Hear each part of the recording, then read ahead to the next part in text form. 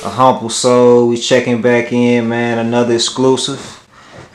We broadcasting live from Chattanooga right now. You know what I'm saying? Yes, sir. Who we got in front of the camera, man? Let the viewers know. Smokke The Don, West Side representing. You already know what's going on, baby. Yes, sir. Man, it's a pleasure to chop it up with you, dog. Man, same here, homie. Man, the first time I heard your name, heard your voice, shall I say, was on Big Vinnie's album. For sure. Bro, how did that whole like connection come about? And like you was stand on both songs, bro, it was like standout verses. You know what I mean? Sure. Do you remember recording them two songs, dog? And the reception that you received? Yeah, actually, I wasn't even serious about the music thing at that point. Of course, me and Maal, prior to that, had did what they doing. So really, that kind of sparked me to just really tap in with the talent. Me and Vinnie, and shout out to Sambino, man, Lil Sammy. We used to sit in the hood, man, just, you know, do our 1, 2, and, you know, we kick shit, you know what I'm saying? So, Vinnie used to come through the hood, you know, kick hooks and shit, you know, and he found out I was fucking with it. So, you know, we got to linking up with the, you know what I'm saying, with that shit. So, he ended up calling me the F.A.M brothers, you know what I'm saying, to come down there and do a little feature. And I think the first one was Drummer Boy, if I ain't mistaken. If you done never heard Drummer Boy, you already know how I took off on that motherfucker. So that right there prompted him to get my ass back in there immediately, you know what I'm saying? Because he seen that, you know, nigga had some skill. And then I think we went back and did nothing to lose after that. If we didn't do them motherfuckers in one day. Been a long time, you talking about 20 plus years. Them records been out, but the response was so big because I didn't expect that response. I didn't expect people to be like, damn nigga, like that's really you. And right to this day, I still got people saying, man, I didn't know that was you. I had a cat tell me one time that Nothing to Lose got him through Juvenile, you know what I'm saying? He used to listen to that CD all the time, and you know, he said that shit got him through Juvenile. So those type of responses is what I was getting, you know what I'm saying? Yeah. And he said, so you did some work with Maal The Pimp, but prior to that? Yeah, prior to the Rock On CD, me and Maal did What They Doing, the original What They Doing song, under the Battleground Soldiers. And we sold tapes at school and in the hood. Maal showed me that we can make money off this shit, so that what really prompted me to get in and get my pen right and, you know, start focusing in on it, because I saw that it can be some money made, you know what I'm saying? No, for sure. Man, before I get too far ahead, I do want to take a step back, but before I do, you mentioned a name, you said Lil Sambino. Sambino, man. He was on that album. He had like one of the hardest verses on that Big Vinnie album, and it had like in parentheses in the feature R.I.P. Right. Like I guess he passed away before the album came about. Right. But can you touch on him, bro? I always thought he was a dope lyricist. I wish he would have released the album. Sammy was a bad motherfucker, man. And shout out to Big C, man. His brother, man. Big C, he big dog in this shit too, man. But Sammy had one of the most unorthodox flows I had ever heard. So that shit intrigued me. Sammy used to just do that shit like on top of the dome, you know what I'm saying? It was unfortunate that we lost him earlier, you know what I'm saying, before we got to see that shit bud, you know what I'm saying, into what I felt like it could have been vast what he was gonna do.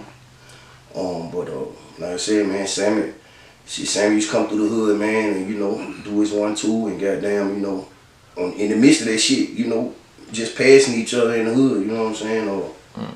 Niggas used to just sit down on the porch and just kick shit, you know what I'm saying? So that's really how the records was coming about. We just sitting in the hood on the porch, drinking beer, kicking shit, and, you know, these records was just coming out of our ass, you know what I'm saying? Before we get too far ahead, let's take a step back. So I know you said West Side. So you born and raised on the West Side of Chattanooga? Or? Actually, I ended up in the West Side around 8, 9 years old. I come out of Pa's home with my mom and my grandma. Pa's home project. So that's where I kind of grew up at. West Side raised me. For the viewers who are not familiar with Chattanooga, what's the difference between West Side and Paul's home? Like sections of the city? I mean, nothing really. Same shit go on in my hood, go on in their hood and across America, man. No, I'm talking about location wise. Like, yeah. The West Side is the West Side. Paul's home was out south. Okay, out south. That's over by that was over by Howard High School. Okay. Maurice Paul's homes. Okay. That was over by Howard High School. There was a little project, one way in, one way out project right there next to Howard High School, like literally right next to Howard High School. And they shut them down then? Yeah, they closed it down. Yeah. So do you have any like early memories coming up with your family? Was it single parent household, both parents, siblings? How was it for you? I ain't gonna say single parent because we had. I mean, my uncles was there, my aunties, my mama. I had a brother at the time, my little brother, Derrick J. He was a baby at the time. That was my granny's spot. That's where Granny stayed at, so that's where we, you know what I'm saying, we stayed with Granny at that point. Okay. Yeah. So what about your moms and your pops? Well, they went together. I could always go see my pops, rest in peace, pops. I always could go see him when when I wanted to. But him and my mom went together. So I guess you could say single parent. When we got to the West Side, it definitely was single parent. For sure. So like coming up, like what were you into? Were you into sports, writing? Were you like a mischievous kid getting into trouble? Like how were you, man? A little bit of all that. I didn't never write music that young. I think I started writing music at about 10, 11 years old. 10 or 11. Played sports a little bit. Always been artistic. That's why you see these clippers, man. Yeah, let them know we broadcast live from your office. We right here in the barber trap, so you know what I'm saying. Yeah. I always, good with my hands. You know what I'm saying. I didn't do a lot of things, but I didn't never have a set thing. What they call it, jack of all trades. You know what I'm saying. I didn't never have a set thing that I would do. I was just floating around trying to find myself at that point. Oh, for sure. So you said around 9 you moved to the West Side. Yeah. Started going to James A. Henry, and from James A. Henry to City High School. You know what I'm saying. And from City High School, Chattanooga State. So I always been Chattanooga. You know what I'm saying. I done lived a lot of different places too. As I got into my 20s, I got to moving out to the state, but for the most part, yeah, I've been straight Chattanooga nigga. Man, talk about the West Side of the city. Like it's well known for producing a nice amount of like rap artists, especially that represented F.A.M at one point in time. But I'm sure it's more than that. Yeah. But just you personally, man, like when you transitioned to that section, how was it for you?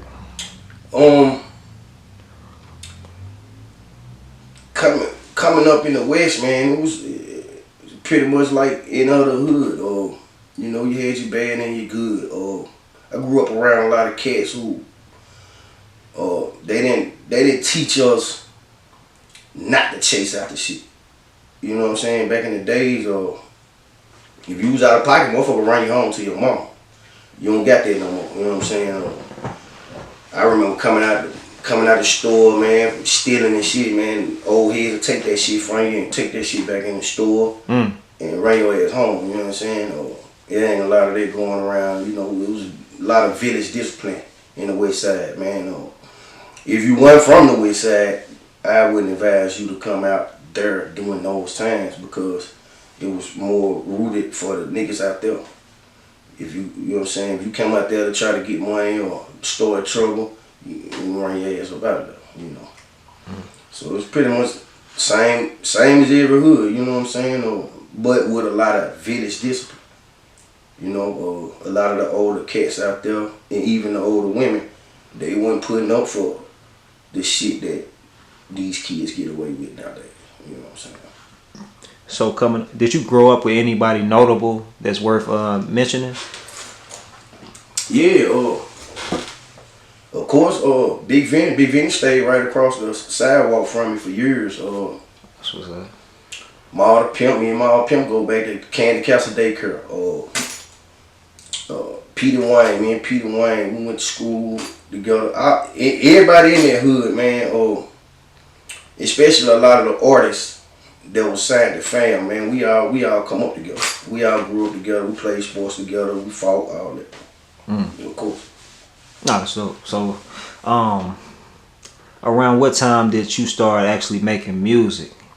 Cause you mentioned Chattanooga State, but before that you said you and Maul had even did. Yeah, me and Maul, like I said, high school? I can't remember the actual year, but me and Maul, I was in a group called the Battleground Soldiers.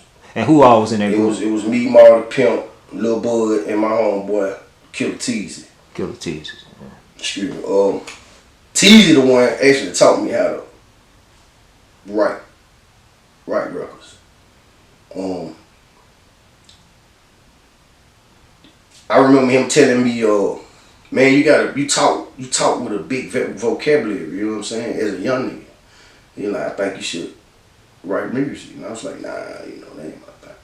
I was more into art, drawing. I used to canvas paint, oil paint, shit like that. And niggas in the hood thought that shit was weird. Niggas that I grew up around, you know what I'm saying, born terrorists. And they thought they niggas out there playing football. So it went from there to me putting that shit down and start fucking with the writing bars. So I give that credit to Killer Teasy, man. But long story short, man, we got together. We come up with this record called What They Doing, because it was a saying in the projects, what they doing, you know what I'm saying? You know, that was one of the sayings, you know what I'm saying? It was just... What did that mean? Like, what they doing? Like, it's like like what they do? You know, you come in the hood, and, you know what I'm saying? What they doing, you know what I'm saying? It's just like asking what's going on, you know what I'm saying? It was just West Side talk. We had our own slang out there, pretty much. We was the only ones that talked like that, you know what I'm saying? What's happening, kid? What's going on, Bows? You know what I'm saying? We was the only one talk. What they doing? Yo, we was the only one talk like that. So that was just a West Side thing, you know what I'm saying? And me and Maul sat down and we figured out that'll be the best way to put this music shit to the forefront. Mind you, I think before that, I think Maul put me in a motherfucking talent show at Titan High School. D-Bell talent show. And Maul won that talent show, by the way. Shout out to Maal The Pimp. Shout out to Maul for that. And from that day, I think that's when we really started focusing in on fucking with it too. Yeah. And y'all all were in the studio together? When y'all made that song, the first, yeah, What They Doing? Yeah. I think we went to, I want to say we went to Ralph Chisholm shop and did that. And so after that, that's when the group was official? Nah. Actually, after that, the group broke up. After that song? Yeah, like right after that record, I think that's when everybody went separate ways. You know what I'm saying? If I can remember, there was a little dispute who gonna be in the group and who ain't, and blase. But yeah, right after that, everything started splitting up. So it's like me and Teasy went this way, Maul went this way, and Lil Bud went this way. You know what I'm saying? So after that happened, what was the journey like for you? Is that when you actually enrolled into college, or were you still doing music? Oh no, I was. What happened was after the What They Doing thing took its toll out here. And it was buzzing in the streets. Maul went F.A.M records. I went to Die For records. A lot of people growing up and during that era, a lot of people thought I was signed to F.A.M because I used to always be on F.A.M, you know, on their albums for, you know, doing features. That was because that's the hood, and you know they didn't have to ask me to do nothing. You know what I'm saying? I was always there.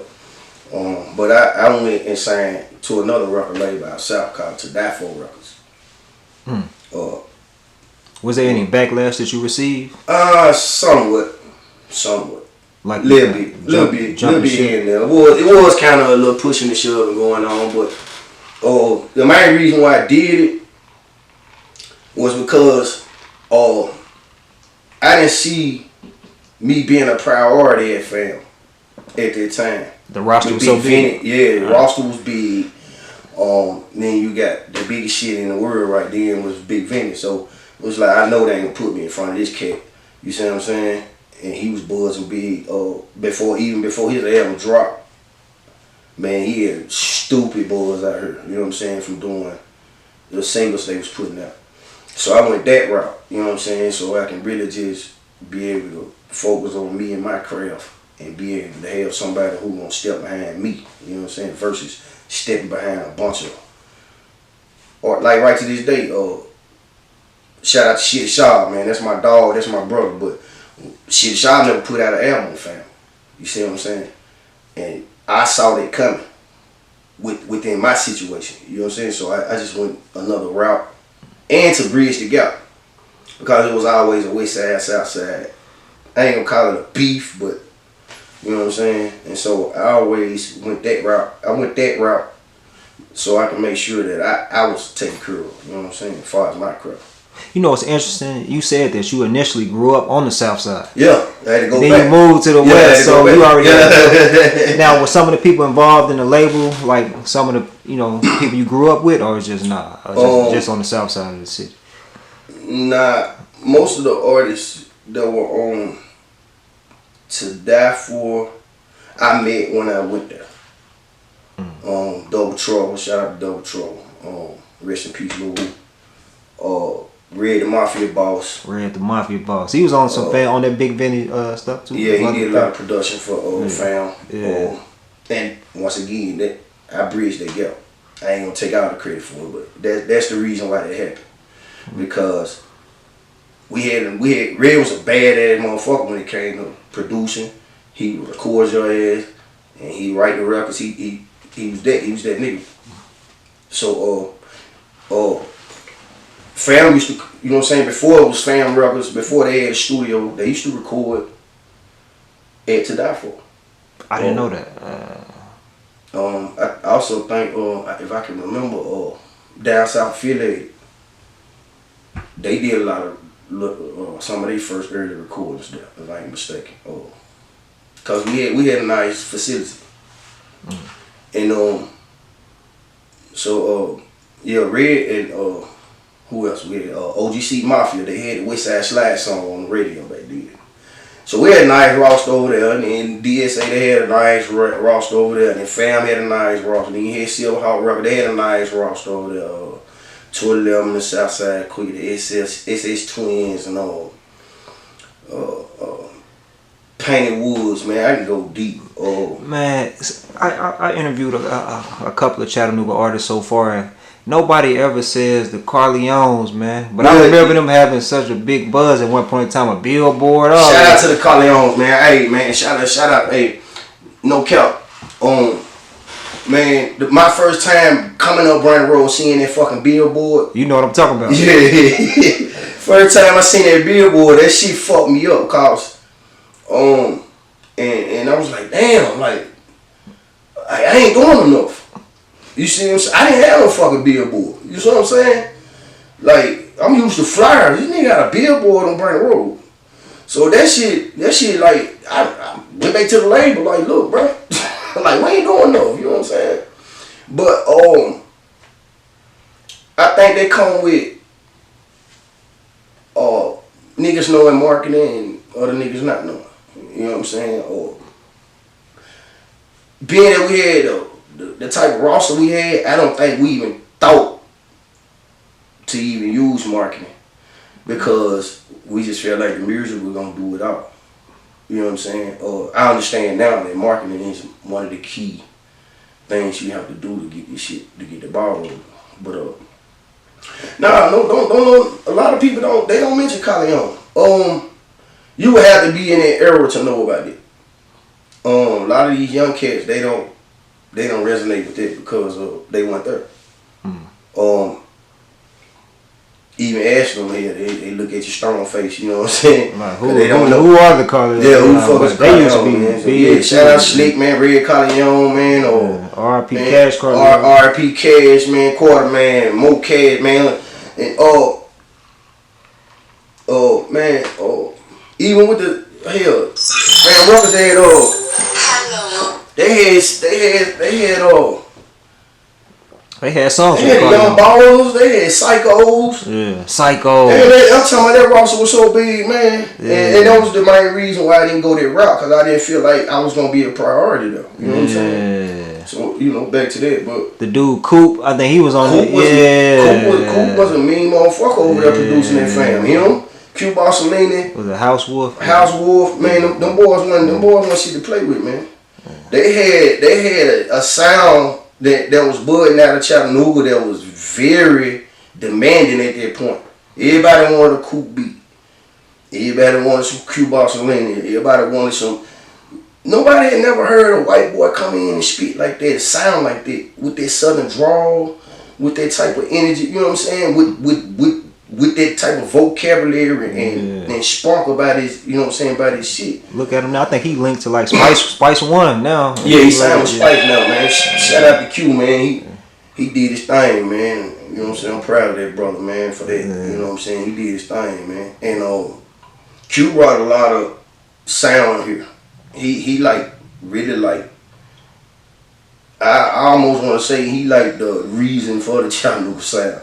But him, shout out to Ebo, man. Ebo, they had some producers over there that were mean. You know what I'm saying? And they had a bunch of them. We had Red the Mafia Boss. He was all the nigga we hated. But that nigga was like all them niggas in one. You see what I'm saying? Damn, that's big to say. Talk about that, bro. Why do you say that? Red, I mean, because Red, like I said, Red can work the boards. Red, he can engineer it. You know what I'm saying? He write the records. He just had the ear for that shit. The same as all the other producers did. My bad. I misunderstood you. I thought you were saying as far as like impacts sound wise. Nah, well, like Sonic. Nah, Q Barcelona was here for Red when it came to the beat making. I'm gonna say that. Yeah. No, for sure. So, did you have a relationship with Shawty Thuggy? Yeah. Not in passing. You know, it was love when we saw each other. Pretty much, yeah. Okay, because I know he was the big dog. Yeah, he was the big dog. He was the big dog at F.A.M. Me and Shawty ain't never had no issues. Yeah. No, that's what's up. Cause I think I know him, Big Vinnie, like you said, Maal The Pimp, all of them. Shout out to Lady Dollar, that's my dog. Yeah. Dollar, man. They had me and Ross over there. I can't even. Yeah, I can't even deny that motherfucker. They had me and Ross.